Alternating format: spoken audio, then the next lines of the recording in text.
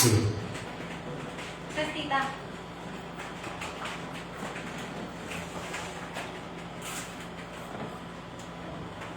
check, check, check, check.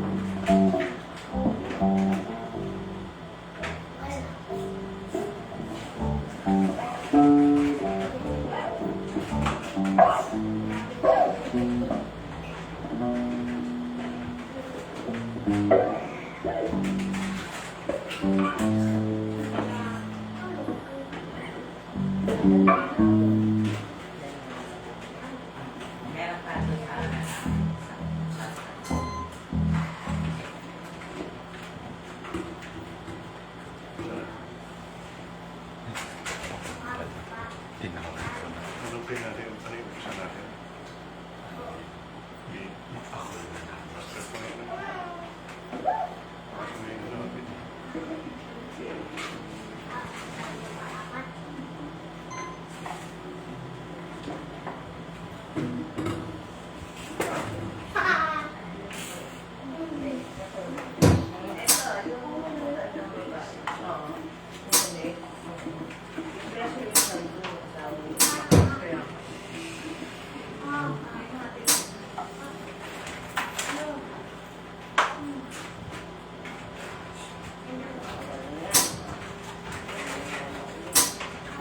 Yes.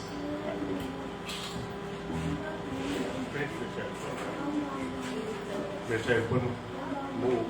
Cellphone.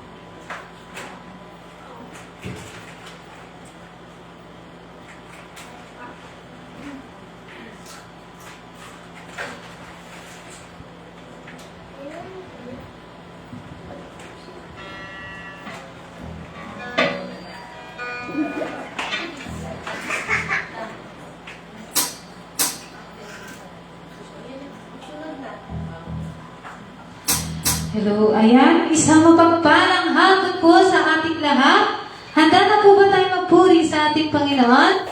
Amen, amen. Palakpakan po natin ang ating Panginoon at magsibayo po tayo. Sabi po sa Salmo 95 verse 1 to 2, "Hali kayo, magsiawit tayo ng may kagalakan. Sumigaw tayo sa pagpupuri sa Panginoon na ating batong kanlungan at tagapagligtas. Lumapit tayo sa Kanya ng may pasasalamat at masaya nating isigaw mga awit ng papuri sa Kanya." Ayan, sabay-sabay po tayo umawit at magpuri sa ating Panginoon. Amen. Amen.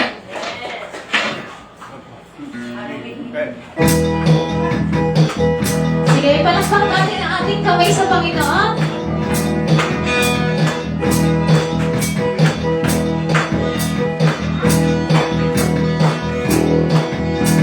Ako'y nananabik sa iyong pagbabalik. Lahat ng luha ay magbabawi. Walang sakit o panganaya, sapagkat ang lungkot ay minsan na napupuri.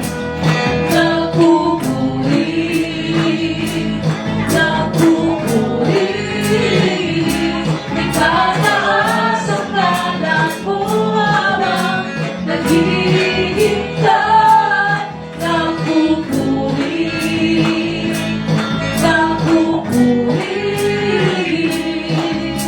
Nagalabing sa iyong pagbabalik. Yes, Lord, anong ka na?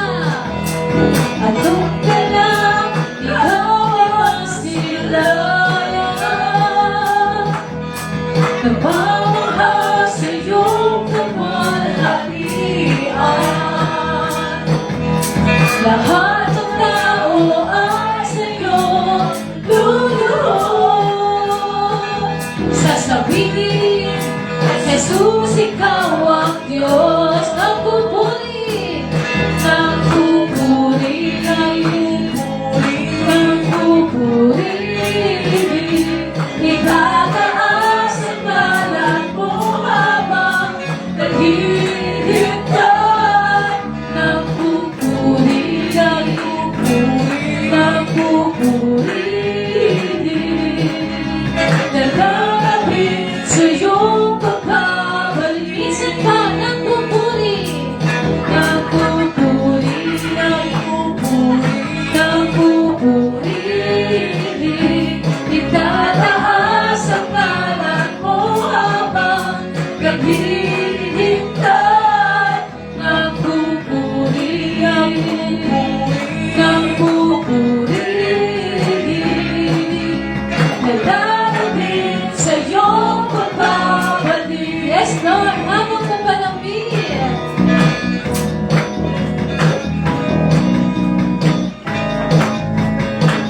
Hallelujah, Lord.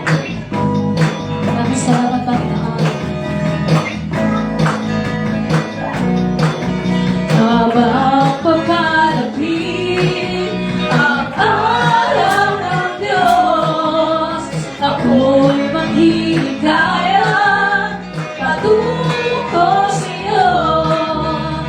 Na makatanggap ng biyayang handog, kaligtasan sa pangalan ni Jesus. Minsan pa habang papalapit, habang papalapit ang araw ng Diyos, ako'y maghihiligaya patungo sa iyo. Na makatanggap ng biyayang handog, kaligtasan sa pangalan ni Jesus. Sabay-sabay tayo nagpupuri, nagpupuri, nagpupuri, nagpupuri. Itataas ang ngalan mo habang naghihintay. Nagpupuri, nagpupuri, nagpupuri. Nalalapit sa iyong pagbabalik. Minsan pa nagpupuri, nagpupuri. Yes, Lord. Nagpupuri. Itataas ang ngalan mo habang naghihintay. Nagpupuri, nagpupuri, nagpupuri. Nananapit sa iyong pagbabalik. Nananapit sa iyong pagbabalik. Nananapit sa iyong pagbabalik. Minsan pa nananapit sa iyong pagbabalik. Yes, Lord. Hallelujah, Lord. Maraming salamat, Panginoon.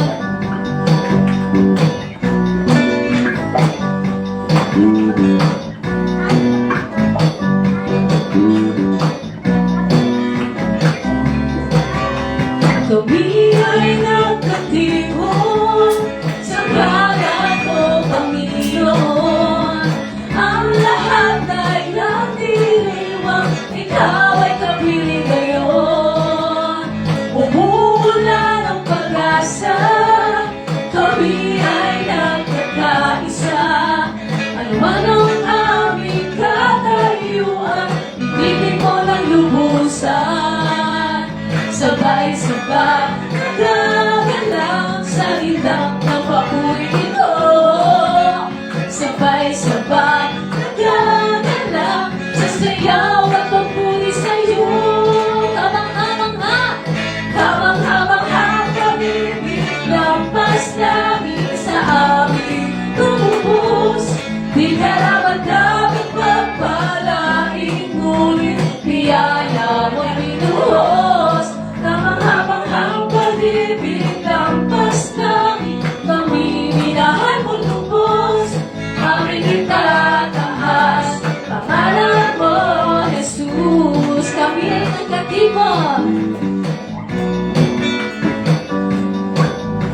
Kami ay nagpatipon sa ngalan mo, Panginoon. Ang lahat ay nagdiriwang, ikaw ay kapiling ngayon. Umuna ng pag-asa, kami ay nagkakaisa. Ang manang aming katayuan, inibig ko ng lubusan. Sabay-sabay, nagaganda sa hirap ng papuring ito. Sabay-sabay, nagaganda sa sayaw at papuri sa'yo. Kamang-kamang nga, kamang-kamang ang pag-ibig, lampas langit sa amin tumubos. Di ka dapat dapat magpalain, ngunit biyaya mo'y binuhos. Kamang-kamang ang pag-ibig, lampas langit sa amin inamulubos. Aming itatanghal, pangalan mo, Jesus. Minsan ba kamang-kamang nga, kamang-kamang ang pag-ibig, lampas langit sa amin tumubos. Di ka dapat magpalain, ngunit biyaya mo'y binuhos. Kamang-kamang ang pag-ibig, lampas langit kami inahan mo lubos. Aming itatanghal, pangalan mo, Jesus. Aming itatanghal, aming itatanghal, pangalan mo, Jesus. Minsan pa, sabay-sabay tayo. Aming itatanghal, pangalan mo, Jesus. Yes, Lord, pinupuli ka namin, Panginoon. Hallelujah, Lord. Maraming salamat, Panginoon.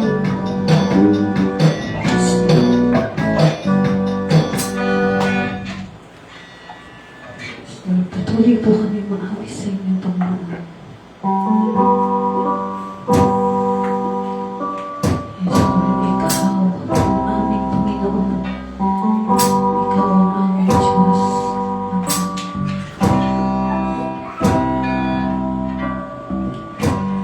You are not a God created by human hands. You are not a God dependent on any mortal man. You are not a God in need of anything we can give by your plan. That's just the way it is. You are not a God. You are not a God created by human hands. You are not a God dependent on any mortal man. You are not a God in need of anything we can give by your plan. That's just the way it is. You are God alone. You are God alone from before time began. You are on your throne. You are God alone.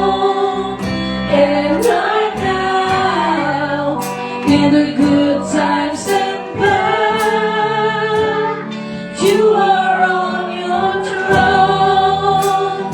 You are God alone. Yes, Lord, you're the only God. You're the only God whose power none can contend. You're the only God who's saving. Praise will never end. You're the only God who's worthy of everything we can give. You are God, that's just the way it is. You are not alone. You are God alone from before time began. You are on your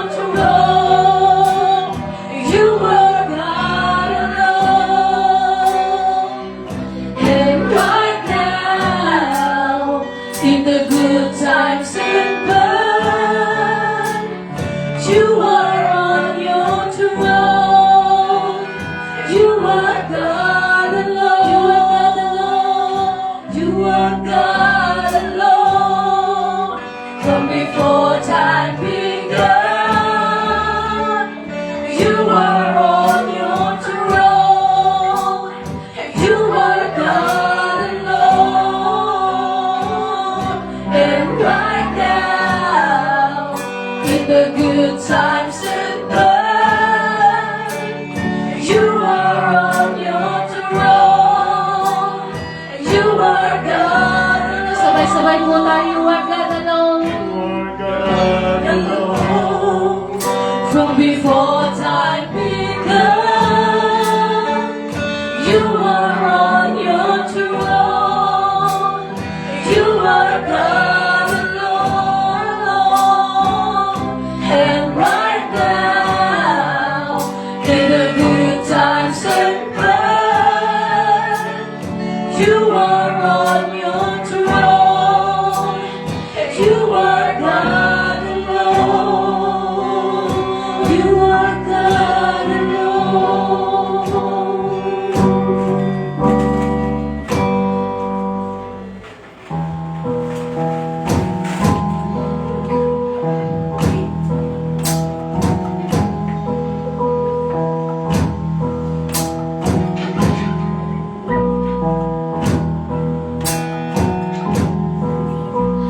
standing in awe of your grace, setting my feet in your ways, entering into your presence,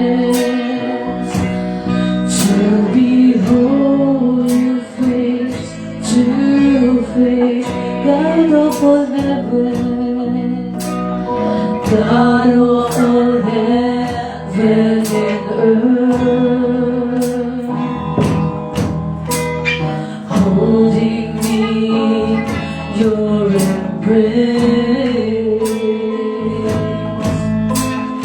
unfailing love that surrounds me. Oh God, I stand amazed. My Jesus, my Lord, you're the love of my life. Wherever you go, wanna be by your side. No longer I, but Christ living in me, serving you for all eternity. My eyes set on you in this race that I run. No longer my ways, let your will be done. Make me a servant, my heart's ever true, clinging to the cross. I follow you, I follow you, standing in awe of your grace, setting my feet in your ways, entering into your presence, to behold you face to face. God of all heaven, God of all heaven and earth, holding me in your embrace, unfailing love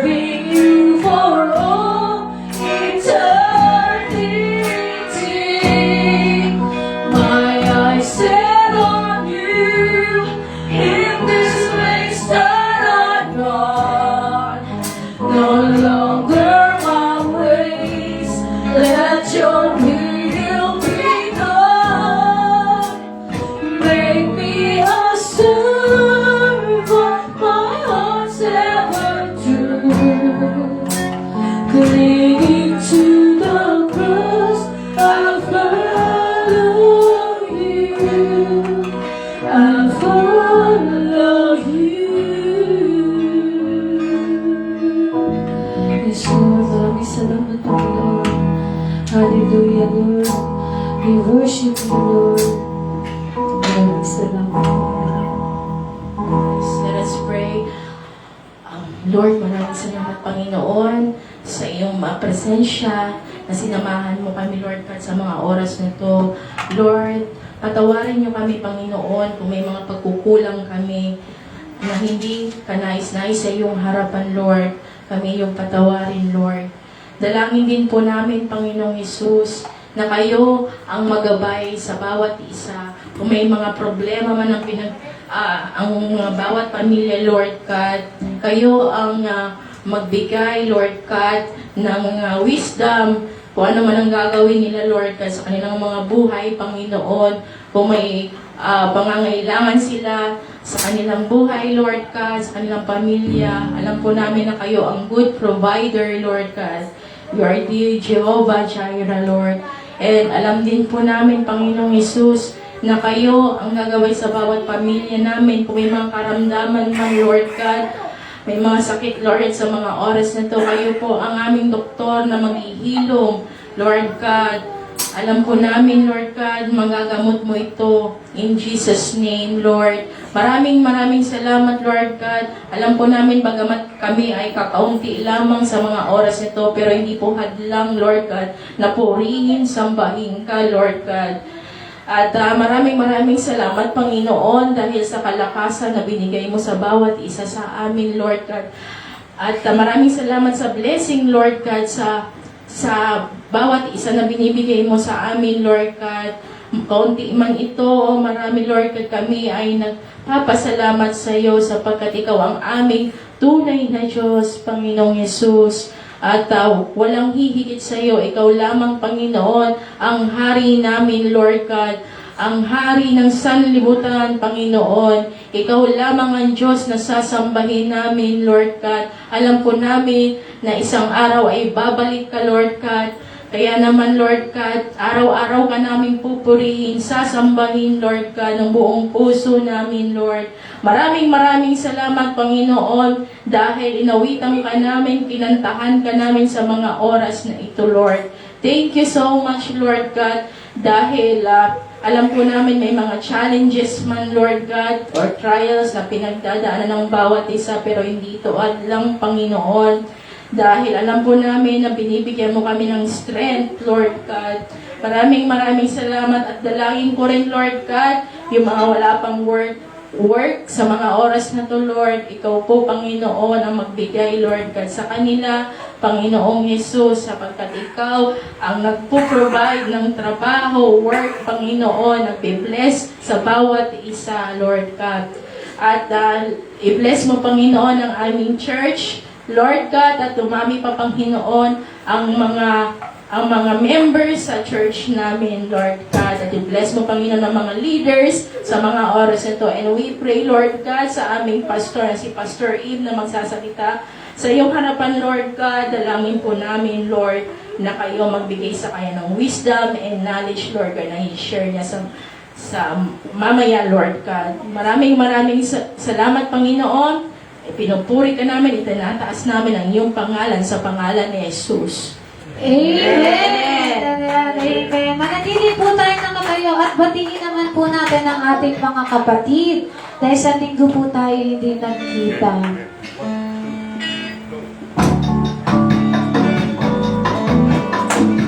Sige, magsamayan tayo. Welcome to the family. We're glad that you have come to share your life with us. As we grow in love, may we always speak to you what God would never speak. A family always there to be strong and to lean on. May we learn to love each other more in each new day. May words of love be on your lips and everything we say. May our spirit melt our hearts and teach us how to pray, that we might be a true family.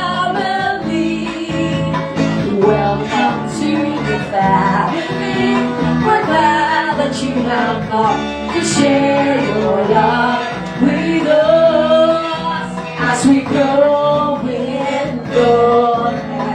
We always speak to you what God would have us be, and that we may always there to be strong and to lean on, to be strong and to lean on, to be strong and to lean on. Ayan, praise God. Isang malakas na palakpak pangako para sa ating Panginoon. Ayan, amen.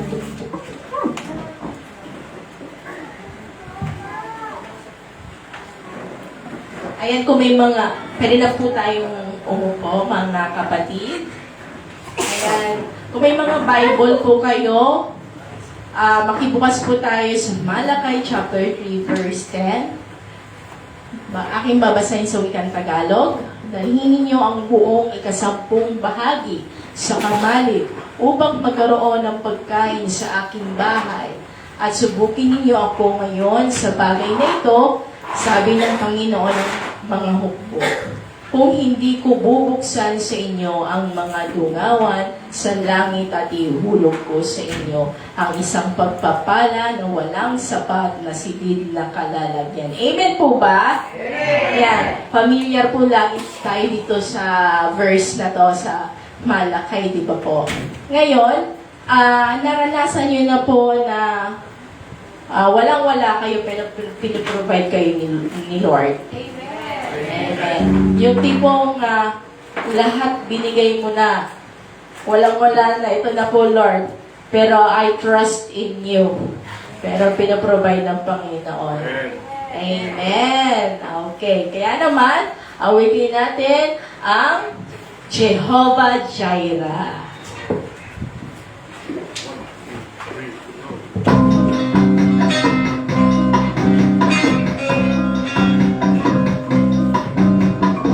Jehovah Jireh, my provider, His grace is sufficient for me, for me, for me. Jehovah Jireh, my provider, His grace is sufficient for me.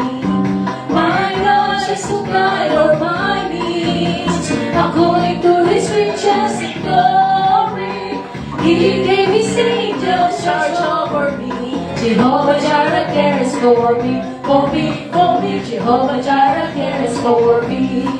Oh hallelujah, oh hallelujah, hallelujah, hallelujah. Praise the Lord. Oh hallelujah, hallelujah, hallelujah, hallelujah. Praise the Lord. Hallelujah, praise the Lord. Hallelujah, praise the Lord. Amen and amen.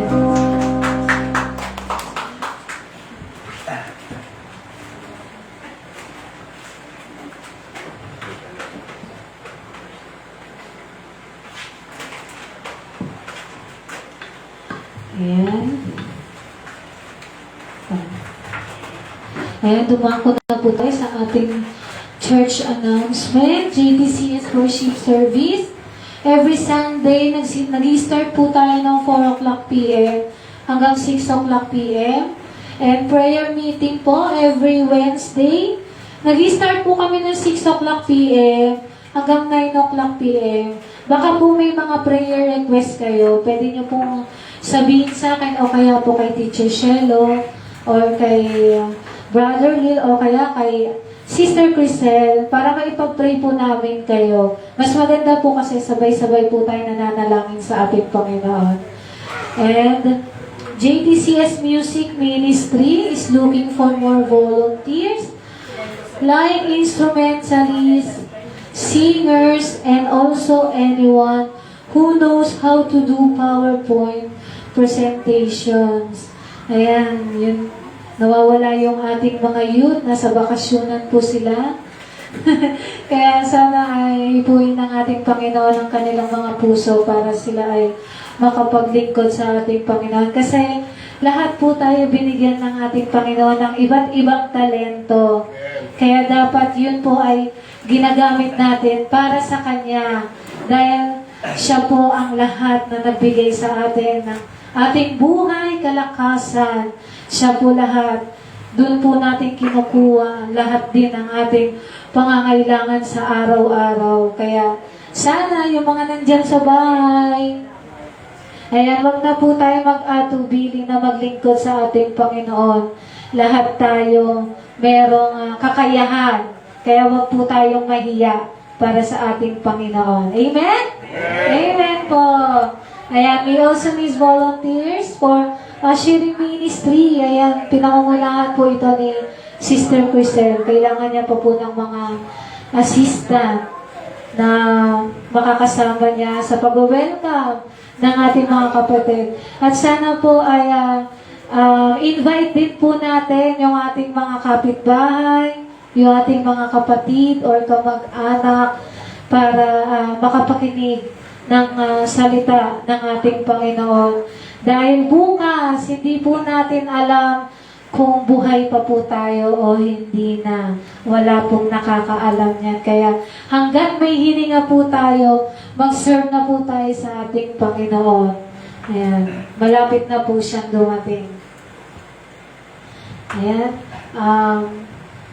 Maghahandog po ng isang magandang awitin ang ating brother na si Brother Sam para sa ating Panginoon. Palakpakan po natin siya.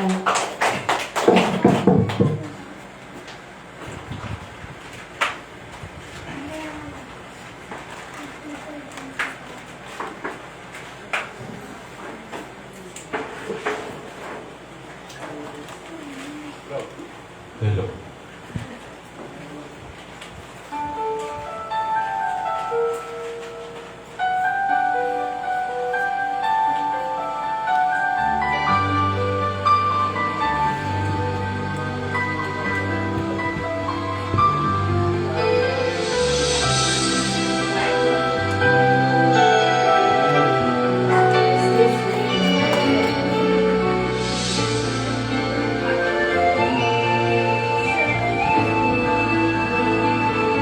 Aking kaibigan, dingin ng awit, paalaala ng inihatid, ang Diyos ay nasa'yo, patnubay mo, tunay alalahanin. Mahal ka sa'kin sa bawat away, laging dalangin, napagpalais ka ng Diyos sa tuwina, dahil sa mahal ka niya. Kung ika'y hindi kapiling, kasama ka sa aking dalangin.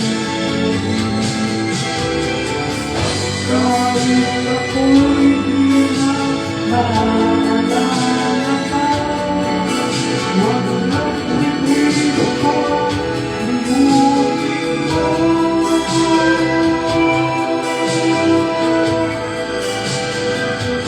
Aking kaibigan, dingin ng awit, paalaala ang inihatid, ang Diyos ay nasa'yo, patnubay mo, tunay alalahanin, mahal ka sa'kin. Bawat araw, laging dalangin, napagpalais ka ng Diyos sa tuwina, dahil sa mahal ka niya.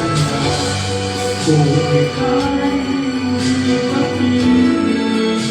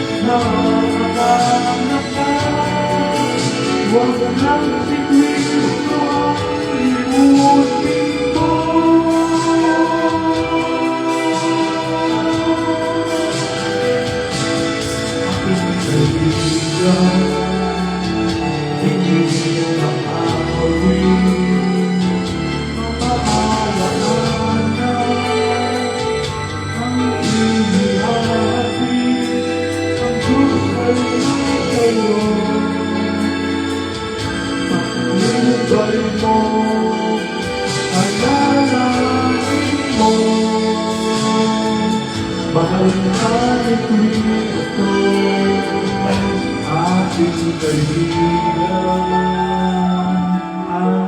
kaibigan, aking kaibigan.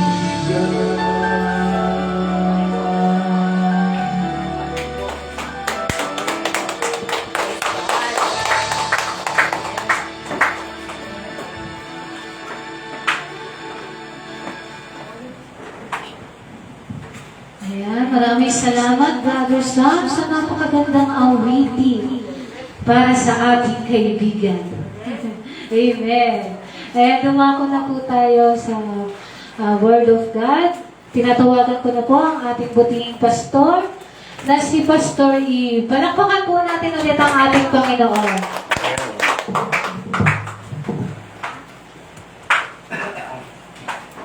Thank you.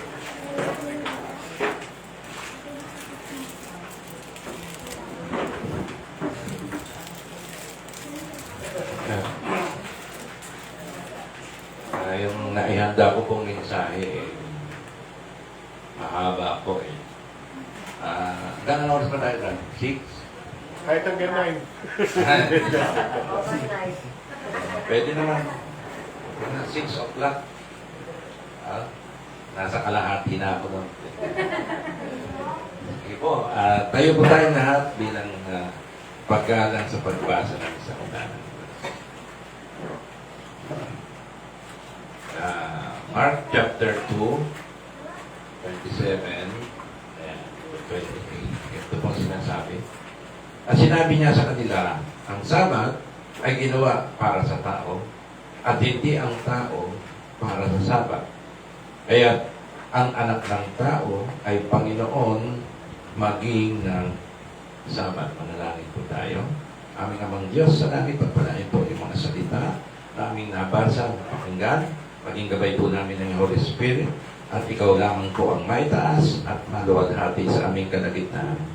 At maintindihan po namin ang iyong mga salita sa pagtubay po ng iyong Holy Spirit. Ito pong aming dalangin sa pangalan lamang ng aming Panginoong Hesus Kristo. Amen. Okay. Ito po tayo. Praise God. Hallelujah. Yung title, Brad, yung itaas. Yung praise God. Ang kapahayagan ng autoridad ng anak ng tao sa araw ng Sabat. So, ating pong pag-uusapan yung araw ng Sabat. Ito po yung ika-4 na utos. Remember to keep holy the Sabbath day. At ito po yung bahagi ng 10 Commandments. Kung sinusunod po natin ang dakilang 10 kautusan ng Diyos, ay 10 po yun. Hindi po siya. Kaya, meron pong utos tungkol sa araw ng Sabat. Yung layunin.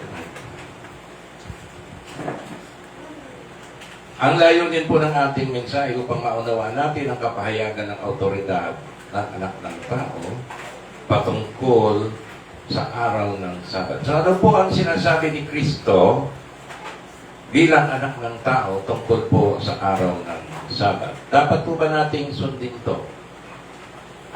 Kung dapat po nating sundin, anong araw? At kung anong araw at paano po natin susundin ang araw ng Sabat? Sa kautusan po ni Moises, ang literal na araw po ng Sabat ay ano po? Sino po nakakaalam? Anong araw ng Sabat ba? Ano ba? Sabado. Hindi, magkatulog lang yun, pero hindi intentional yun. No? Sabado, Saturday, araw ng Sabat. Kung ito'y bahagi ng 10 utos, ay disgrasya tayo, di ba? Kasi anong araw na yun?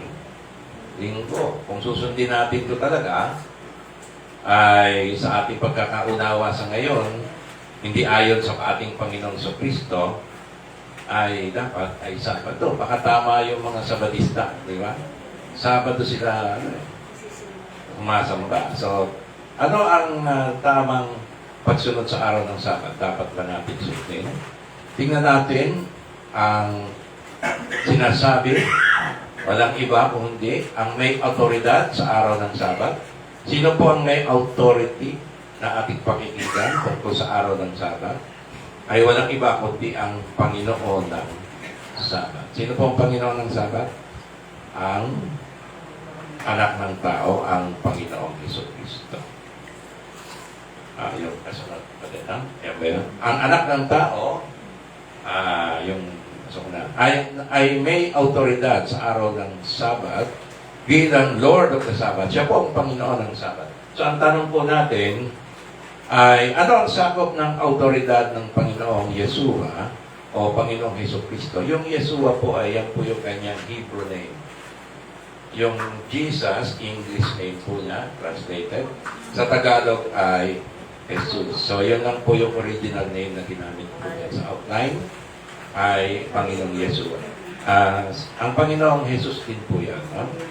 Yan lang po yung Hebrew name niya bilang Hudyo. So, ang Panginoong Yeshua o Panginoong Jesucristo ay Panginoon ng Sabat. Ano po ang sakop nito? Ano pong ibig sabihin na bakit sinabi ni Kristo doon sa binasa natin ay siya ang Lord of the Sabbath? Ako ang Panginoon ng Sabat. Sabi ng ating Panginoon Jesus. Siya yung anak ko tao pinutukoy na Panginoon ng Sabat. Una, bilang Panginoon ng Sabat, ang Panginoong Yeshua o Jesus ang gumawa at nagbigay ng kautusan ng Sabat kay Moises para sa Israel. Yan po yung Ten Commandments. So, para naulit ko po, para po doon sa mga nabigla po kayo. Sabi po ng ating outline, nang sinabi ni Kristo, ako ang Lord of the Sabbath, ibig sabihin, siya po ang gumawa at nagbigay ng 10 kautusan. Kasama po yung tungkol sa Sabat, yung ika-4 na utos. Yung po ika-4 na utos ay pag-aranin mo ang araw ng Sabat. Yan. Tingnan po natin yung talata. Exodus 31 verse 18. Pagkatapos na makapagsalita ang Diyos sa kanya sa ibabaw ng bundok ng Sinai, yung Diyos si Yahweh, kanyang ibinigay kay Moises ang 2 tapyas ng tipan tungkol sa bundok ng Sinai. Binigay po ng Diyos si Yahweh kay Moises ang 2 tapyas na tipan.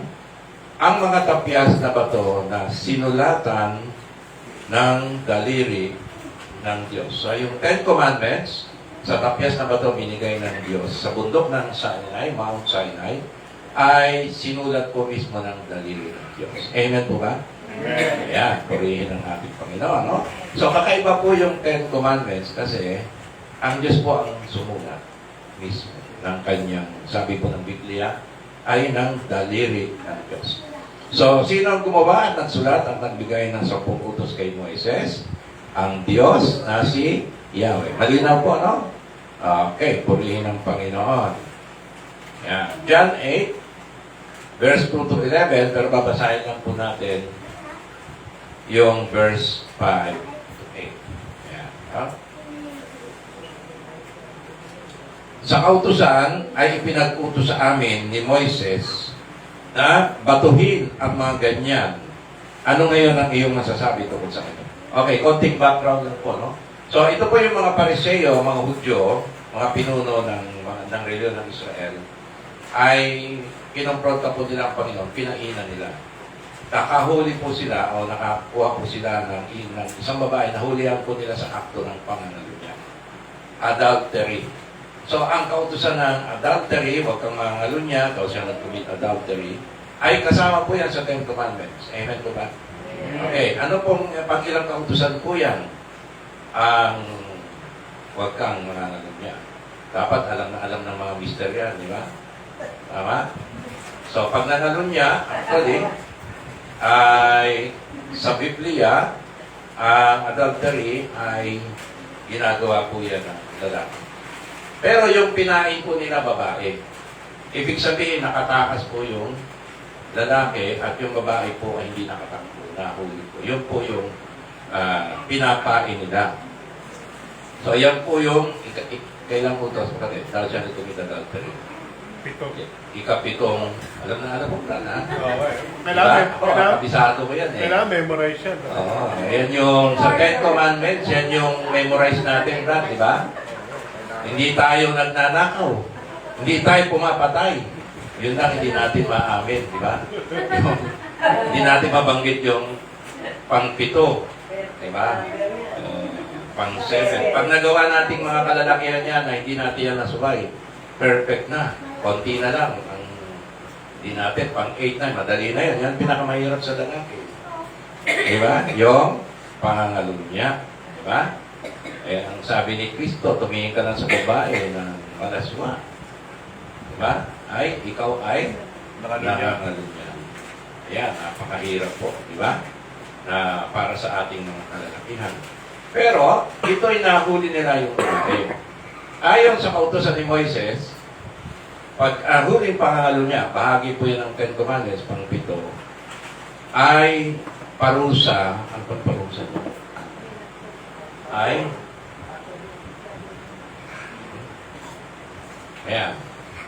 Ay batuhin ang mga ganyan. Stoning to death. So, hindi po yung bato maliliit. Malalaki po talagang bato hanggang mamatay po yun. Patay po yun.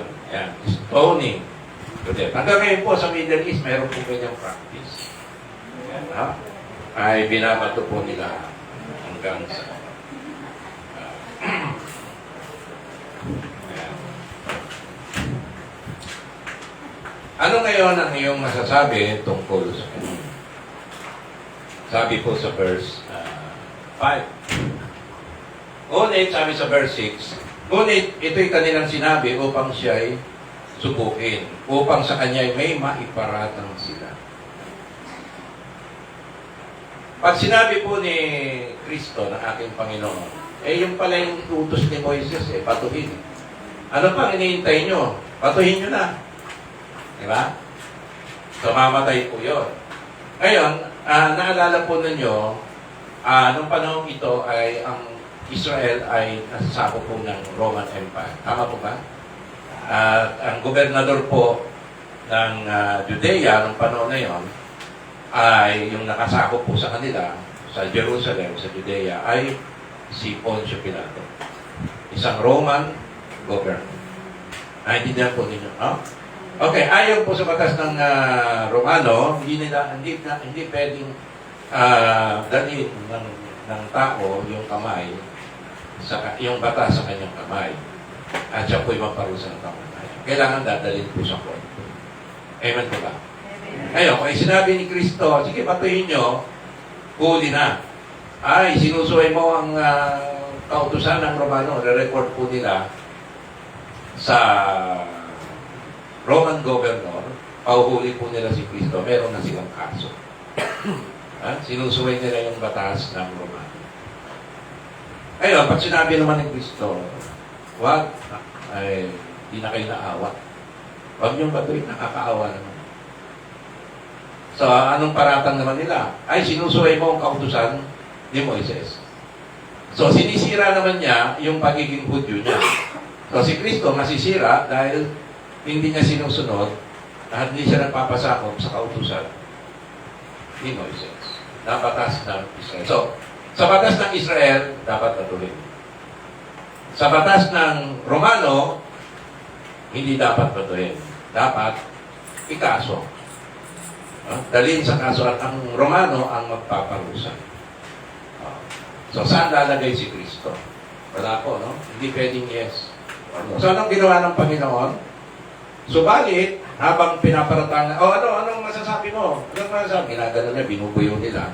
Ang Panginoon ay yumuko lang. Subalit yumuko si Jesus at sinulat ang kanyang daliri sa lupa. Ano ang pinapakita ni Kristo? Pinapakita niya yung kanyang ginawa ng pagsusulat ng kautusan na yun. Yung pitong kautusan, lahat ng kautusan na yun, ay siya ang sumulat sa magitan ng kanyang daliri. Sinulat niya yun. At yun ang pinapakita niya na siya ang sumulat ng kanyang daliri noong na ibinigay niya kay Moses.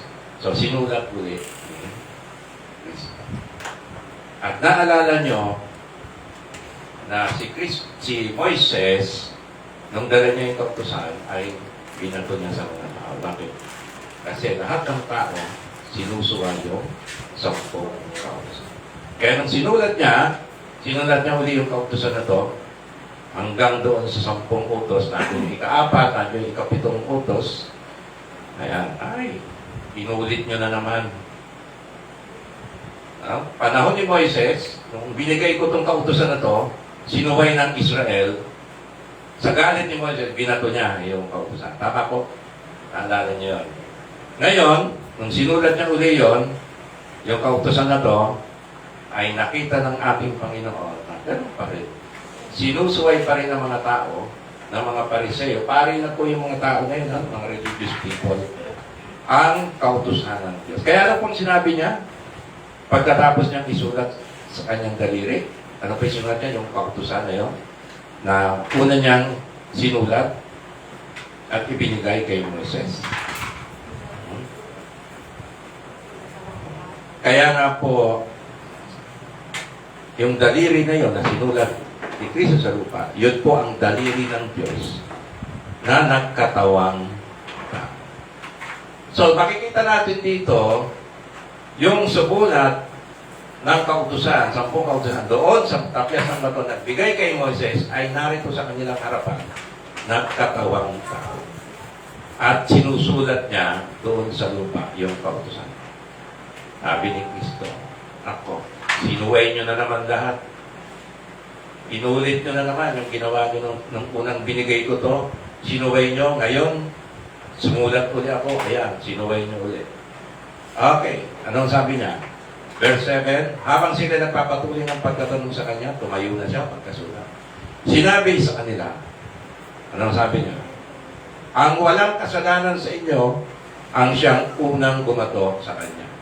Sablay ko lahat yun. Panahon ni Moises, ganon. Israel, ganon na naman. Wala pong pinagbago. At muli siyang yumuko at isinulat ang kanyang daliri sa lupa. Ngayon, bakit muli sumulat ang Panginoong Yeshua kanyang daliri sa lupa? Ayan. Balikan po natin yung nangyari kay Moises. Exodus 32:19. Nang makalapit siya sa kampo, Exodus 32. Ayan, ayan. Nang makalapit siya sa kampo at kanyang pakita ang guya ito po yung batang baka na ginawang ginto at sinasamba po ng mga Hudyo. Israel po ito. At ang pagsasayawan, ang galit ni Moises ay nag-alam at kanyang ibinato ang mga tapyas na nasa kanyang mga kamay at binasag ang mga ito sa paanan ng mundo. Ibig sabihin, tanda po ito na yung 10 utos na binigay ng Diyos ay sinuway lahat ng mga tao. Kasi kung ang sinusuway lang ng mga tao yung number 1 and number 2 commandment, thou shalt not have no other God before me, di ba? Pangalawang utos yung huwag kang gagawa ng anumang imahe na ayon sa hugis ng anuman ng nilalang. Sinorkat ko na lang. Kung yun lang na nakita ni Moises, hinanap niya lang yung, nasa pa sa tablet na ito yung number 1 and number 2 commandments. Ito, dahil lang yung binasag niya. Hindi, lahat binasag niya kasi nakita ni Moises, lahat ng 10 utos na yun ay sinuway ng mga Hudyo. Maging yung ika-4 na utos kasi hindi nila ginalang yung araw ng pahinga. Ibig sabihin, yung araw ng Sabat, yung araw na dapat na sila ay sasamba sa Panginoon, ay iba yung kanilang sinasamba. Yan, no? Binasag niya. Exodus 34:1. Exodus 34:1. Sinabi ng Panginoon kay Moises, tumabas ka ng 2 tapyas na bato na gaya ng una. Yung binigay ko sa yung tapyas ng bato, gumawa ka ng ganon, kagaya ng unang binigay ko. Bakit? At aking isusulat sa mga tapyas ang mga salita na nasa unang mga tapyas na iyong binasa. So, ibig sabihin, meron pong pangalawang sinulat ang Diyos kay Moises. Pangalawa, yun po yung pangalawang tapyas ng bato. Tuloy po natin, Deuteronomy 10:1-5. Ang pangalawang tapyas ng bato.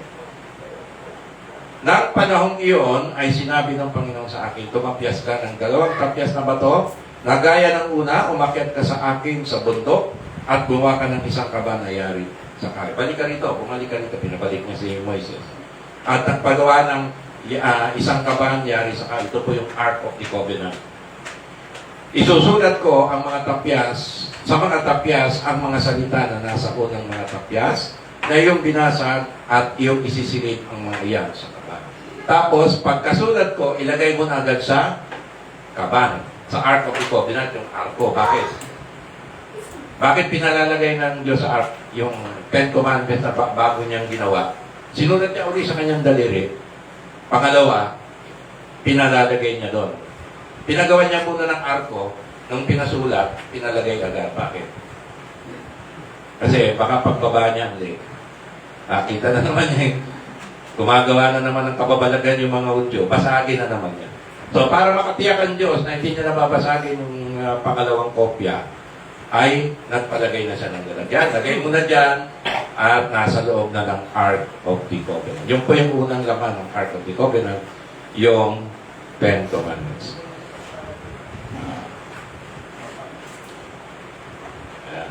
Kaya gumawa ako ng isang kabang yari sa kahoy na akasya at humugis ng 2 tapyas na bato. Nagaya ng una at tumakyat sa bundok na dala yung 2 tapyas. Wala pang laman yun, no?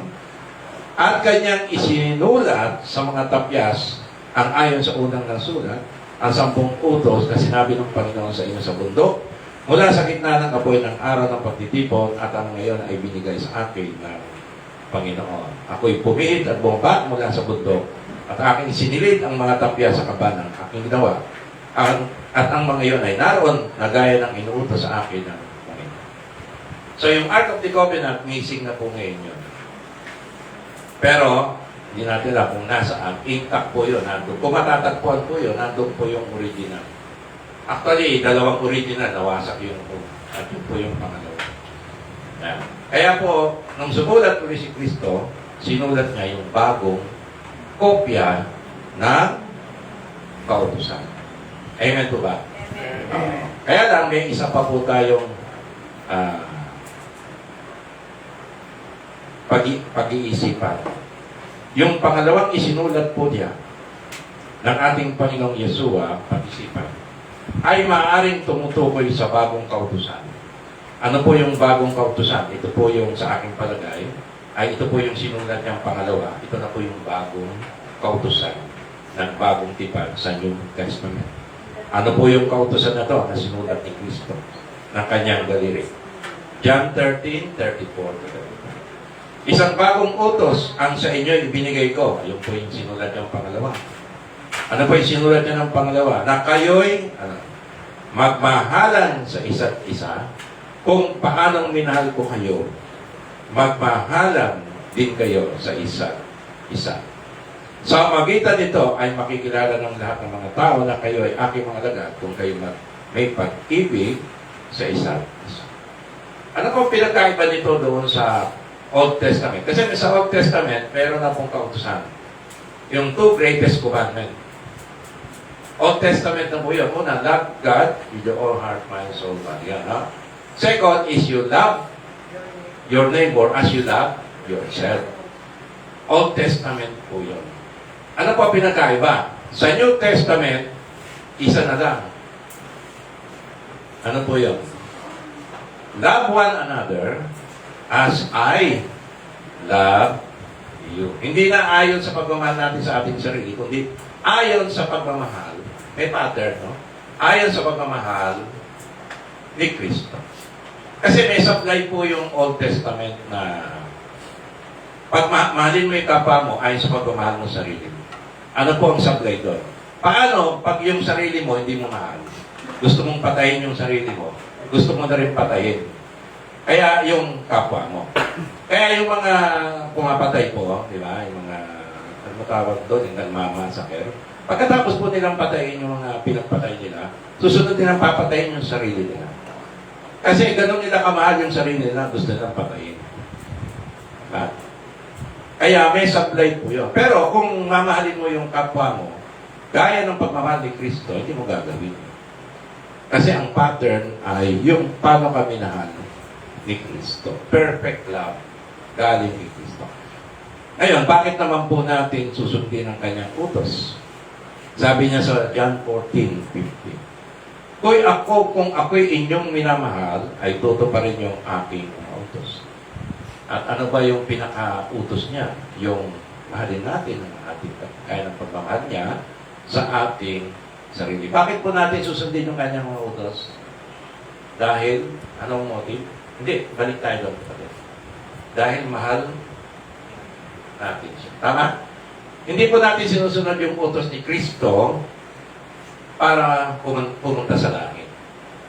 Para maligtas. Kasi yung kaligtasan po natin, tandaan po natin, biyaya ng Diyos, pagmamahal ni Kristo sa atin. So, paano ba tayo minahal ni Kristo? Binigay niya yung kanyang sarili para sa atin. Doon sa krus ng Kalbaryo, pinayaran niya, pinubos niya tayo sa ating mga kasalanan. Amen po ba? At nabuhay mo siya sa ikatlong araw upang tayo magkaroon ng bagong buhay. Buhay na walang hanggan. So, tapos na po yung kaligtasan natin. Binigay na po ni Kristo. Pinakita na po ni Kristo. Ngayon, bakit ko kayo susundin si Kristo? Bakit ko susundin ang kanyang utos? Dahil mahal natin siya. Binabalik natin yung pagmamahal niya sa atin ng pagmamahal din.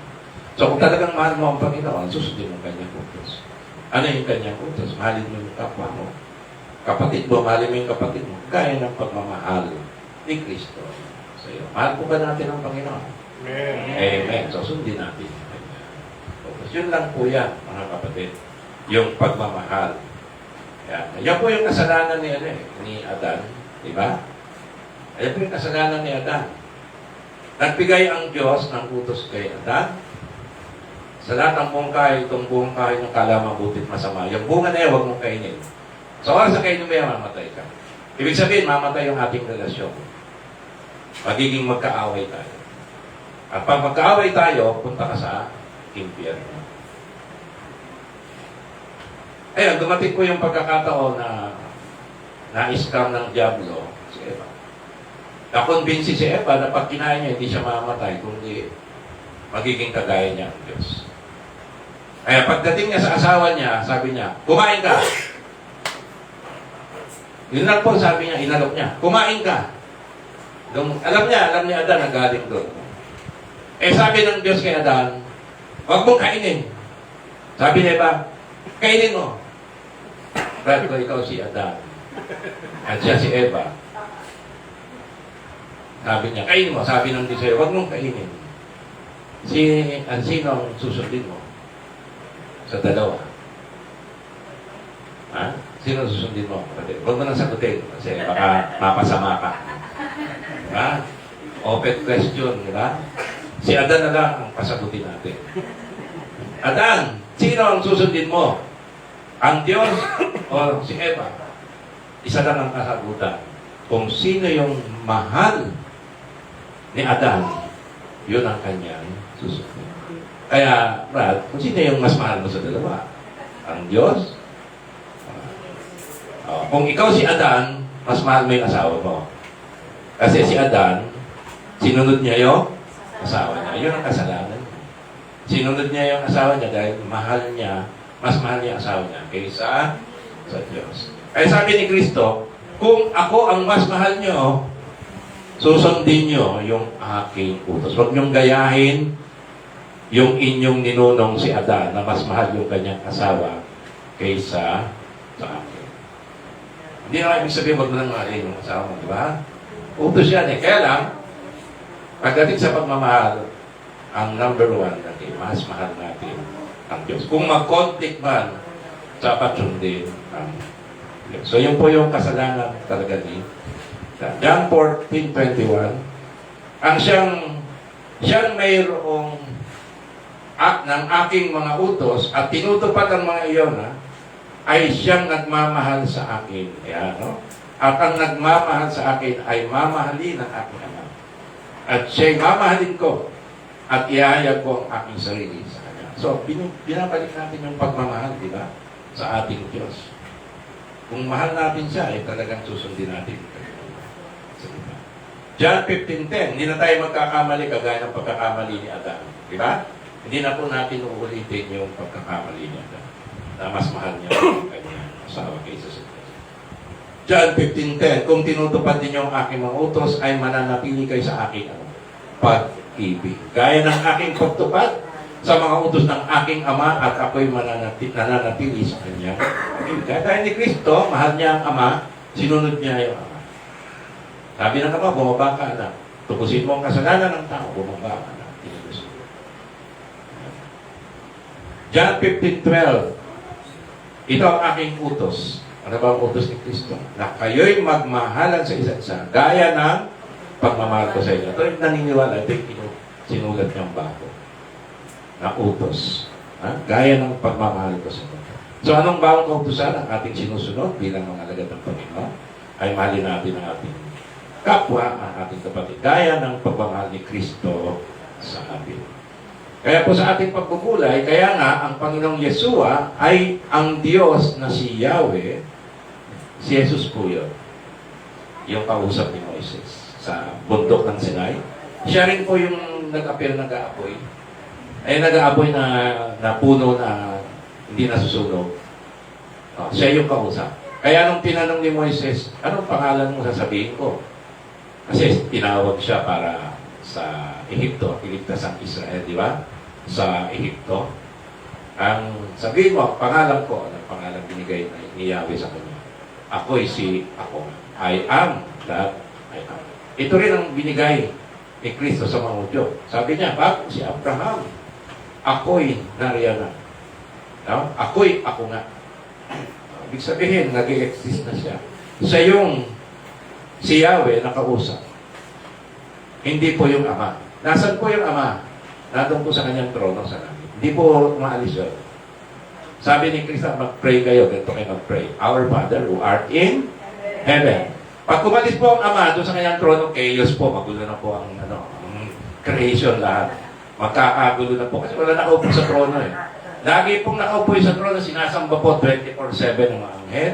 Ng lahat ng nilalang sa langit at sa lupa. Sinasamba po natin. Diba? Our Father art in heaven. Holy be your name. So pag nag-pray tayo sa Ama, sinasamba na, doon po siya sa trono niya. Eh sino po yung bumababa rito nagpapakita siya si Yahweh? Nagpakita kay Moises, kay Abraham, kay Isaac, kay Jacob, at sa iba pang mga propeta na si Yahweh. Siya po si Yahweh na anak ng Diyos. Ha? Yun po yung nasa trono, si Yahweh Ama. Nung bumababa ay Yahweh anak ng Diyos. At meron pa pong isang Yahweh, Yahweh Holy Spirit. Si Yahweh na Espiritu ng Diyos. Iisa pong Diyos yan, tatlo lang po silang bahagi o miyembro ng isang pamilya. So lagi pong sinasabi, ang Diyos ay isang pamilya, binubuo po ng tatlong miyembro. Diyos Ama, Yahweh Ama, Yahweh Anak, Diyos Anak, at Yahweh Espiritu Santo. So yung bumababa po rito, na nakita ni Moises, yung likod ni Yahweh, di ba? Likod ni Kristo yun. Si Kristo po yun, ang Panginoon. Jesus. Naintindihan po ba natin? Amen po. Amen. Okay, kaya na sinabi ni Kristo, ako ang Panginoon ng Sabat dahil si Kristo ang nagbigay original ng kautusan ng Sabat kay Moises. Siya pong gumawa nun. Pangalawa, bilang Panginoon ng Sabat, ang Panginoong Yeshua o Yesu Kristo ang siyang nagtatakda kung paano ang tamang pagsunod sa araw ng Sabat. Eh, tanungin natin si Kristo, Lord, paano ba namin susundin yung Sabat? Na walang duda, bahagi po yan ng Ten Commandments. Kaya dapat sundin. Amen? Amen. Kaya susundin po natin. Bahagi po yan ng kautusan eh. Yung mga code. Ngayon, para sundin natin, tanungin natin yung Panginoon ng Sabat, yung nagbigay ng Sabat. Sino ang nagbigay ng Sabat? Si Kristo. Siya ang Lord of the Sabbath. Siya si Yahweh na nagbigay ng kautusan kay Moises. So, Panginoon, paano ba namin susundin ang araw ng Sabat? E bahagi ito ng Ten Commandments. Ibinigay mo ito kay Moises. At yung Ten Commandments, actually, ay hindi lang sa Israel yan, para yan sa lahat ng tao. Diba? Kasi, kakaiba po ang Ten Commandments. Yan lang po ang kautusan na sinulat ng Diyos sa magitan ng kanyang daliri. At ibinigay niya sa kanyang pinakadakilang propeta. So, ang greatest prophet sa Old Testament, maliban po kay John the Baptist, ay si Moises. Amen po ba? Amen. Amen. No? Kasi kay Moises lang po nagpakita ang Diyos ng personal. Yung iba pong mga propeta, vision, pangitain. Kay Moises kakaiba. Si Yahweh mismo. Yung anak na. Hindi po yung ama. Dahil ang ama po ay nasa kanya. Amen po ba? Amen. Ayan, no? So, tanungin natin. Sabi ni Kristo, tungkol sa Sabat, Mark 2:27-30. So, wala pong duda na, no? Kailangan sundin natin po yung araw ng Sabat. Paano nga lang po? Ayan. Mark 2:27-30. Sinabi sa kanila, ang Sabat ay ginawa para sa tao at hindi ang tao para sa Sabat. So, dapat bang sundin ng tao ang Sabat? Ang Diyos, sabi ni Kristo. Oo, dahil ang Sabat ay ginawa para sa tao. Kaya dapat sundin, di ba? Dapat nung i-apply. Kasi ang Sabat ay ginawa para sa tao. Pero, hindi ang tao para sa Sabat. Maliwanag po yun, no? May pagkakaiba po yun. Kaya nung sinabi niya, verse 28, kaya't ang anak ng tao ay Panginoon maging ng Sabat. Kung si Kristo ang Panginoon ng maging ng Sabat, dapat sundin natin ang Sabat. Kasi siya yung Panginoon ng Sabat. Di ba? Lord eh. Siya ang Lord ng Sabat. Ngayon, paano ang tanong? Ito ang tanong. Ayan, kaya ang anak ng tao ay yung Panginoon ng Sabat. Kung siya ang Panginoon ng Sabat, dapat sundin natin ang Sabat kasi siya yung Lord of the Ito, Sabat. mo naman click. Ang tanong, paano sundin ng mga mananampalataya ni Kristo ang ika-4 na utos ng Diyos, ang kautusan ng araw na Sabat. Remember to keep holy the Sabbath day. Paano? Una, hindi sa paraan ng pagsunod, ulitin ko po, no? Hindi sa paraan ng pagsunod ng mga Hudyo at ng reliyong SDA. Ano yung SDA? Seventh-day Adventist. Ano pong reliyon ang sumusunod sa law of the Sabbath na ibinigay ni Moises? Ito po yung reliyon ng Israel. Ang Israel. Pangalawa ay ang Sabadista. Hindi ko lang po maintindihan ng Sabadista kung bakit nila sinusunod. Ang Sabbath day ng mga Hudyo, hindi naman sila Hudyo. Bakit po ibinigay itong kautusan nito ni Moises sa mga Israel? Na particular, ang Sabat ay dapat sundin ng mga Hudyo o Israel. Ito po yun sa akin. Sure. Dahil ang pagsunod, next kapatid. Ay, hindi yung isa. Yung Medas. Wala na ba? Yung na isa. Ayan pala. Ang pagsunod ng mga Hudyo, ayan, ay bilang tipan o pagkakasundo ng bayang Israel sa Diyos at bilang tanda na sila ay piniling bayan ng Diyos. Covenant between God and Israel. So, pinapakita nito na pag sinunod nyo to, ito yung pinakapalatandaan natin na covenant natin. Na pag sinunod nyo to, ito ay tanda na kayo ay aking chosen people. Israel lang. Wala nang iba. Kayo lang yung pinili kong namin. So, kasunduan natin to. Between God and Israel. Bilang tanda na sila ay pinili bayan ng Diyos. Exodus 31, ayan, 16. Kaya ang mga anak ni Israel ay mangingili ng Sabat, na iingatan ng Sabat sa buong panahon ng kanilang mga salinlahi bilang isang palagiang tipan. Verse 17. Ito'y isang tanda sa akin at sa mga anak ni Israel magpakailanman na paano po yun? Na sa loob ng 6 na araw ay ginawa ng Panginoon. Sino yung gumawa ng langit at lupa? Sino ang Diyos ang gumawa? At sa 7 araw ay nagpahinga at naginhawaan. So, sino po yung nagpahinga at naginhawaan? Sa 7 araw. Sino po yun? Sino ba? Ang Diyos? Anak. Anak. Napakatagal na panahon, ang maraming, kahit ang mga Hudyo, kala nila the Father. Tandaan po natin, nireveal na po sa New Testament na ang Diyos Ama, dinikha niya ang buong sanlibutan sa pamamagitan nito ng kanyang anak. Niloob ng Ama, ang anak ang gumawa. Siyempre, sa kapangyarihan din ng Holy Spirit, nandun yung banal na Espiritu. Tulong-tulong. Pero ang akpal po na nagsabi, magkaroon ng liwanag. Salita ng Diyos yun, di ba? Si Kristo yun. Yung salita. In the beginning was the Word. So yung akpal na nagsalita, ang salita ng Diyos, akpal na nagsalita, ay ang Yahweh. Pero saka ko na lang po i-share yun para maintindihan po ninyo na yung lumikha sa langit at lupa na aktual ay ang anak. Ayan. At siya yung nagpahinga. Siyempre, kasama na rin ang Father at ang Holy Spirit. Ayan.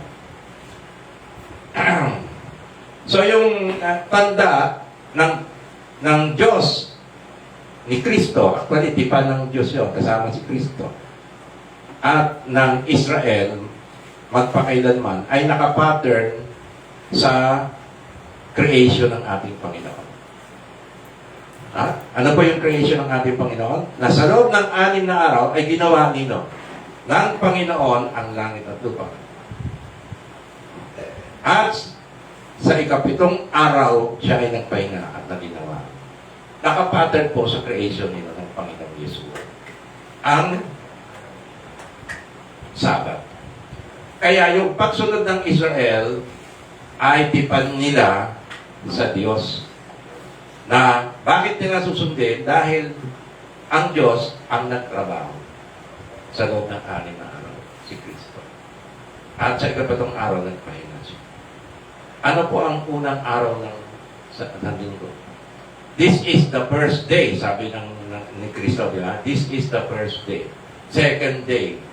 Day and night, then third day. Ano po ang unang araw sa kalendaryo po natin, sa kalendaryo ng Hudyo, ng buong mundo? Ang unang araw ay hindi po Lunes. Ang unang araw ay Sunday.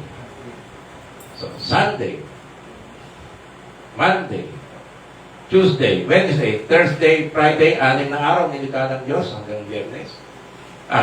Pagdating ng 7 araw ng Sabado, nagpahinga ang Diyos at naginawa.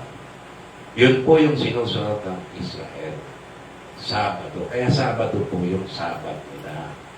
Nakapattern po ito sa creation ng ating Panginoon. At kanino ibinigay ito? Sa mga Hudyo. Hudyo ka ba? Sister, anong lahi? Baka halayi kang Hudyo. Hindi ka Israel. Walang lahing Hudyo dito. No? Meron mo kang Hudyo, pero hindi tayo mukhang Israel. Diba? Ay, hindi tayo dahil ng Israel. Wala. So, hindi para sa inyo to. Sila, sinusunod nila ang Sabado. Kaya sinasabi ko, itong mga Sabadista, nakiki-Hudyo, hindi naman sila Hudyo. Bakit nila sinusunod ang Sabado na araw ng Sabat, kagaya ng, at ang pagsunod nila, kagaya ng ng Israel. Ang paraan ng pagsunod ng mga Hudyo at maging ang reliyong Sabadista ay hindi nagdudulot ng kapahingahan. Dapat nagdudulot ng kapahingahan at kaginhawahan kagaya ng ating Panginoon, di ba? Pero kabaligtaran ang nangyayari, kundi nagdudulot ito ng kabigatan sa araw ng Sabat. Baligtad. Tingnan po natin, Mark 2:27. At sinabi niya sa kanila, ang Sabat ay ginawa para sa tao at hindi ang tao para sa Sabat. So kayo, pinapatupad niyo yung Sabat para bang yung tao ang ginawa para sa Sabat. Kaya ginawa yung Sabat para sa tao, para yung tao magkaroon ng kaginawaan at kapahinga, kagaya ng Diyos. Kagaya ni Kristo, nagkaroon ng kapahingaan at kaginawaan. Hindi naman ibig sabihin na pagod siya. Kundi, ito ay day of rest. Diba? Ayan, paghinto sa pagtatrabaho. Ayan, wala, hindi mo nagagawin yung ginawa mo ng 6 na araw. Kaya ang Diyos niya na ginawa yung aning araw, wala na, tapos na eh. Nasa araw na siya ng rest. Kaya, ginawa ng Diyos ang Sabat, hindi para paglingkuran ng Diyos yung Sabat, kundi yung Sabat ay ginawa ng Diyos para paglingkuran ng Diyos. Amen? Amen. Oh, kaya nga yung mga Hudyo, baliktad yung pagpapatupad nila, ginawa nila yung tao, ang ginagawa nila, yung tao ay para sa Sabat. Ibig sabihin, ay pagpapahirap, hindi gaginawa. Ang Sabat ay para sa ikabubuti ng tao at hindi para sa ikasasama o hindi para pahirapan ng tao. Ano? Exodus 20:8-11. Lagi mong tandaan at ilaan para sa akin ang araw ng pamahinga. 6 na araw ka magtatrabaho at tapusin mo ang dapat gawin. Tama naman po, no? Tinapos ng Diyos yung dapat gawin. Subalit, ang ikapatong araw ay para kay Yahweh na iyong Diyos. Ito ay araw ng pamamahinga. Sa araw na ito ay huwag magtrabaho ang sinuman sa inyo. Kayo at ang inyong mga anak, Israel, ano? Kasama yung kanilang mga alipin, lalaki, babae, ay yung mga alagang hayop, ni ang mga dayuhang nakikipamayan sa inyo. So, pwede palang sumunod yung mga dayuhan na nakatira sa Israel. So, pag tumira ka sa Israel, siyempre, obligado ka sumunod sa Sabat. Pagdating ng Sabado, wala kang trabaho. No work, no pay. Hindi ka magtatrabaho. So, 6 na araw kung nilikha, nakapattern po ito sa creation, ha? 6 na araw kung nilikha ang langit at ang lupa, ang mga dagat at ang lahat ng mga nasa mga ito. Ngunit, namahinga ako sa ikapitong araw. Kaya ito'y aking pinagpala, inilaan para sa akin. So, ang Diyos, nilikha niya yung Sabat, rest day, para sa Kanya. Nilaan niya. Hindi siya para sa Sabat. Kundi yung Sabat, naglilingkod sa Kanya. Hindi siya ang naglilingkod sa Sabat. Ginawa ng mga Hudyo, yung mga tao naglilingkod sa Sabat. Kaya nga ang Sabat ay nilikha ng Diyos para sa Kanyang sarili at hindi ang Diyos para sa Sabat upang gawing huwaran ng tao ang Sabat. Kaya ang Sabat nilikha para sa tao, hindi yung tao para sa Sabat. Mark 2:23-24. Nang isang Sabat, tingnan nyo, ganito ang pagpapatupad ng mga Diyos. Nagdaraan siya sa mga bukirin ng trigo, at samantalang sila nagdaraan, si Jesus at saka yung mga alagad, araw ng Sabat, ang kanyang mga alagad ay nagsimulang pumitas ng mga uhay. So, maaaring ito yung bunga, no? Nadaraan na, pumitas. Bakit pumitas? Nagugutom. Kumain. Anong sabi ng mga Hudyo? Kasi may espiya yung mga Hudyo, minaman-manan lagi si Kristo. So, nakarating sa mga Pariseo, sabi ng mga Pariseo, sinabi sa kanya ng mga Pariseo, tingnan mo, bakit nila ginagawa ang mga hindi pinahintulot sa araw ng Sabat? Bawal yan, mamitas, trabaho yan. Alam niyo ba, meron akong estudyanteng Sabatista.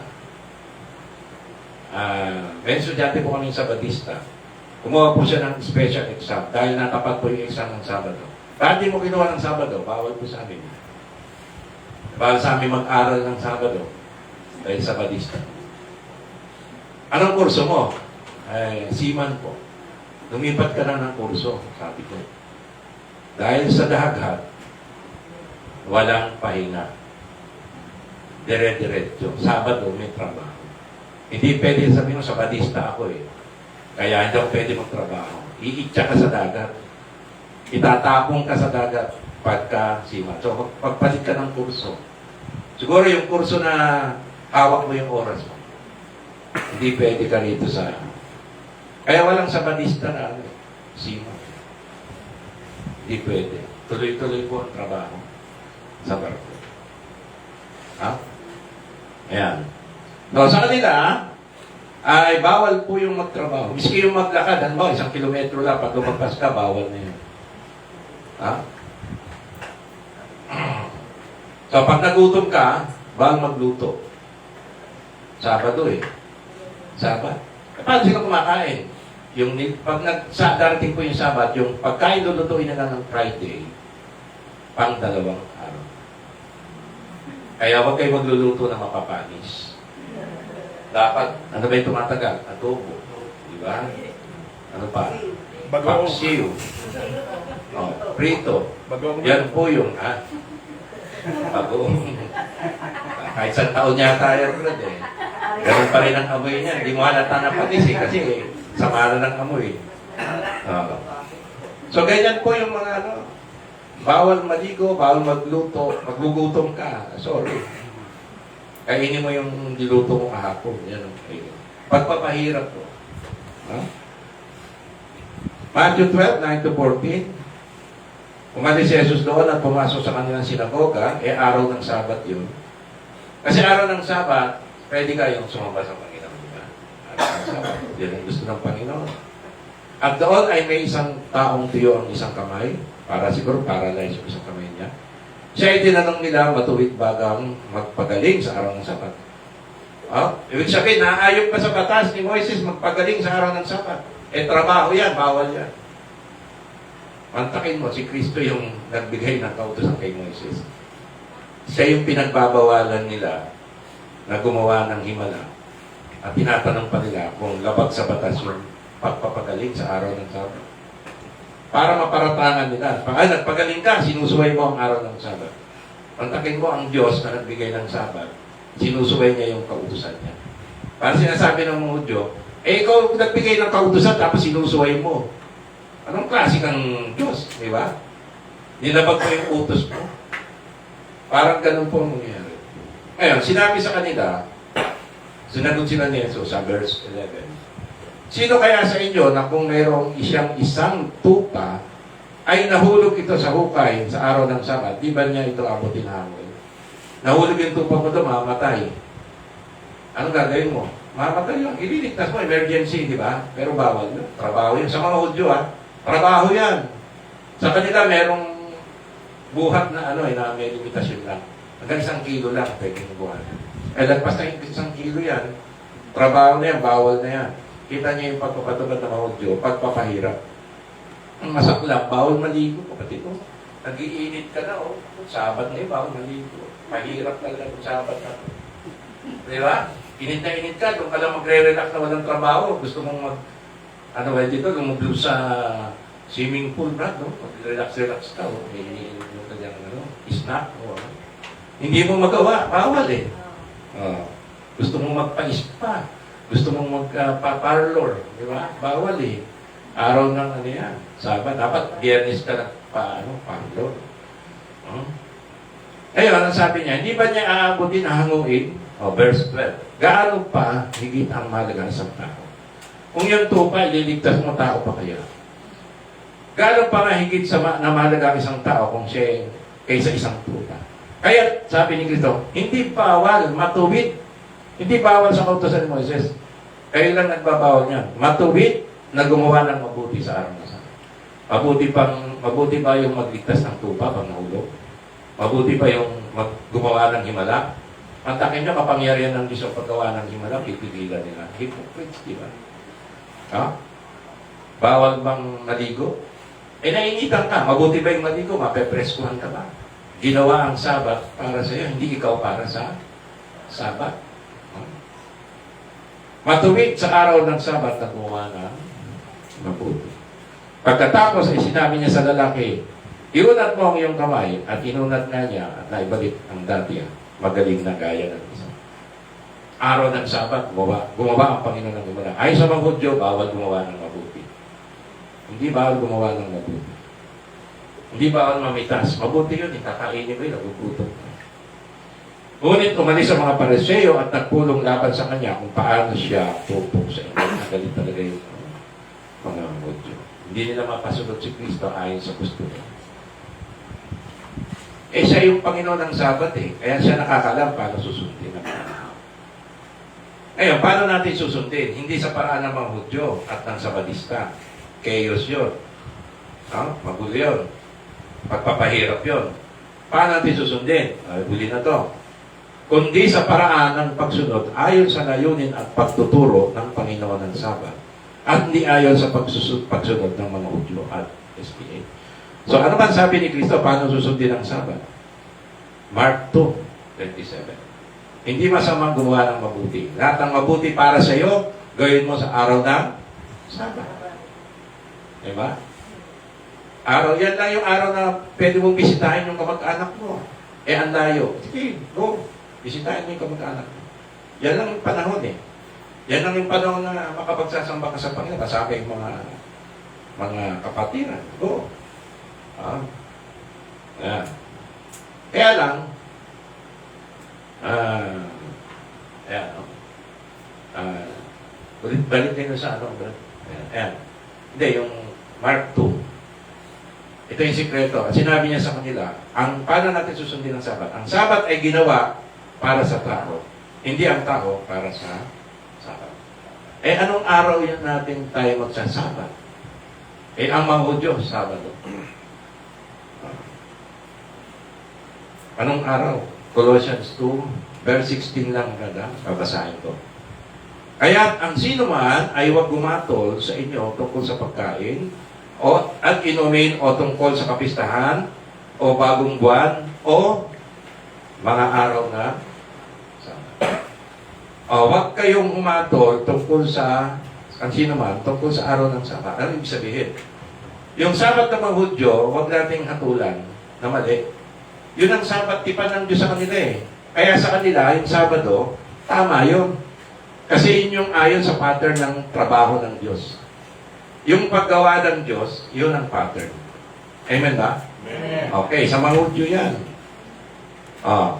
Sa atin, ano yung araw ng Sabat?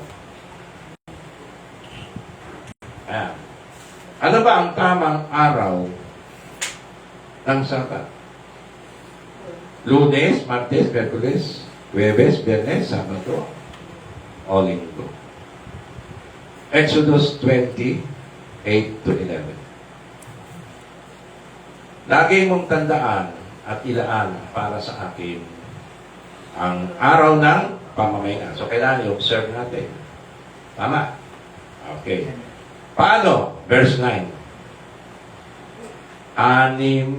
Verse 9. 6 na araw kang magtatrabaho at tapusin mo ang gagawin. Verse 10. Subalit, ang ikapitong araw ay para kay Yahweh, mong kalimutan ang pasalamat sa Diyos, sumamba sa Panginoon. Ito ay araw ng pamahinga. Sa araw na ito, huwag magtrabaho sino man sa inyo, kayo at ang inyong mga anak, mga aliping lalaki o babae, inyong mga hayop ni ang mga dayuhang nakipamayan sa inyo. Okay, balik tayo dyan sa verse 10. Verse 9. 6 na araw kang magtatrabaho at tatapusin mo ang dapat gawin. Ano yung 6 na araw mo? Nag-work ka ba? Nagtatrabaho. Ako, nag-work pa rin ako sa school. 6 na araw ko nagtatrabaho. Ako na lang example ko. Ang unang araw ng pasok ko, Lunes. Pangalawang araw ko, Martes, Miyerkules, Huwebes, Biyernes. Sabado, half day ako. Ano yung araw ng pahinga na binigay sa akin ng bisita? Linggo. So, ano yung 6 na araw ko magtatrabaho? Hanggang Sabado. So, ano yung araw na pamamahinga ko? Linggo. Kaya pag lumipat tayo ng Sabado, Brad, medyo malabo akong maka-attend. Kung iimbatahan mo ko. Linggo lang yung araw ko na pahinga. Ito yung araw na pahinga, kapiling ng Panginoon. Kaya ito, nagpapahinga ako eh. Kasi naglilingkod ako sa Panginoon. Yan, araw ng pahinga yan. Kaya pag araw ng pahinga, hindi mo sinama ang Panginoon, distress mo. Yan ang unang-una eh. Diba? Yan ang araw na ikaw maglilingkod sa Panginoon, sasamba sa Kanya.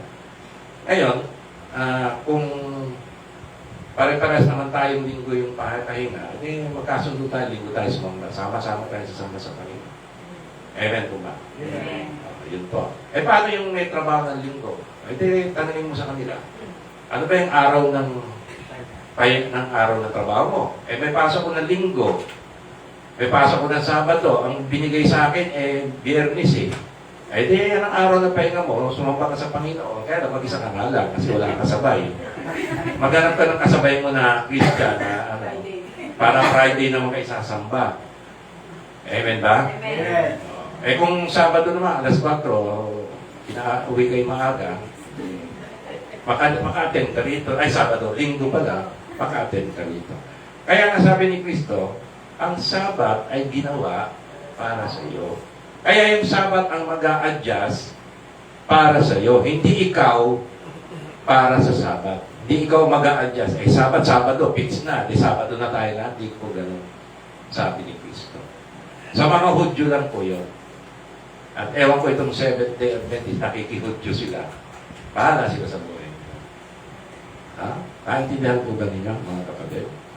Kaya nga, sa ating pagtatapos, ay yung verse 11 pala, hindi ko nabasa yan. Kaya nga, 6 na araw kung nilikha ang langit, ang lupa, ang mga dagat, at ang lahat ng mga nasa ito. Ngunit namahinga ako sa 7 araw. Kaya ito'y aking pinagpala at nilaan para sa akin.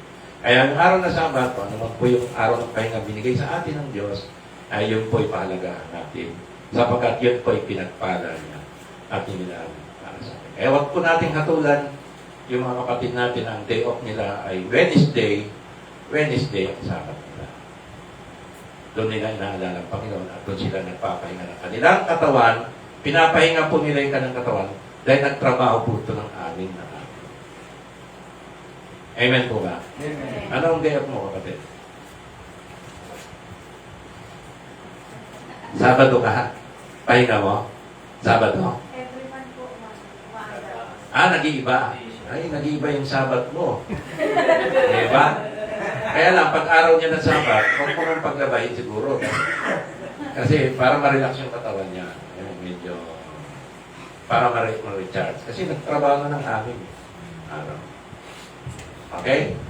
Naintindihan po, no? Naintindihan po natin. Kaya sa ating pagtatapos, ang araw ng Sabat ay ang araw kung saan tayo tumigil ng pagtatrabaho pagkatapos ng 6 na araw ng pagtatrabaho.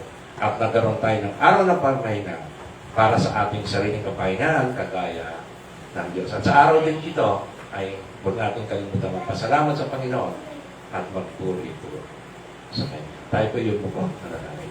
Salamat po aming Ama, aming Panginoon Jesucristo at Banal na Espiritu. Pinaunahan po sa amin ang kahulugan ng tamang pagsunod sa araw ng Sabat dahil si Kristo ang Panginoon ng Sabat. Salamat po, Ama. At aming susundin ang iyong kautusan ito dahil mahal ka namin. At kung mahal ka namin, ay susundin namin ang iyong kautusan. Kasama na rin po ang araw ng Sabat. Salamat po, Ama. Pagpalain po ang iglesia ito. Pagabuhin mo po. At pagpalain at patuloy po silang sumunod sa iyong kalooban dahil po mahal ka nila. Panginoon, mahal ka namin.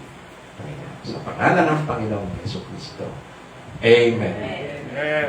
Salamat. Early. Early dito. Anong pangalan? Early dito. Anong papag-pray? Ano po yung... Stage 4. Stage 4 na po kasi yung... Yung ba yung breast sinasabi cancer. mo? Anong pangalan mo? Early dito. Early? Dito. Lalaki? Babae po. Early. Hair. Hair. Early. Dito. Dito. Sige, pangalan. Aming amang Diyos. Salarin natin po namin si Early Vito. Panginoon, na ito yung nilalang na mayroong karamdaman. Cancer, wala pong imposible sa iyo, Panginoon. Kung paano ikaw ay nagpagaling dito sa lupa. Kahit ikaw ay umakyat sa langit, kami ginawa mong extension para pagalingin ang mga may karamdaman. At may sakit. Ano mga karamdaman niya? Itong cancer man ito. Dineclare po namin ang kagalingan. Hindi dito. Ayon po sa iyong awat niya at kapangyarihan ng Holy Spirit sa magitan ng mga sugat na latay na tamo ng aming Panginoon sa Kristo 2,000 years ago. Sa krus ng Kalbaryo, kami ay nagsigali na kasama si Sister Hermie.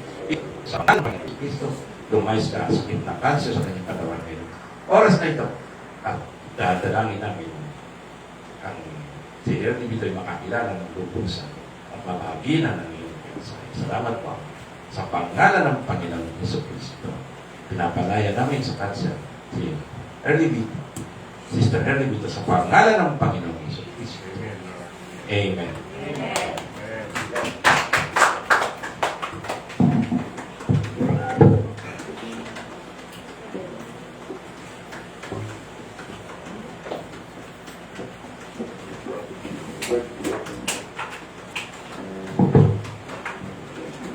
Ito na.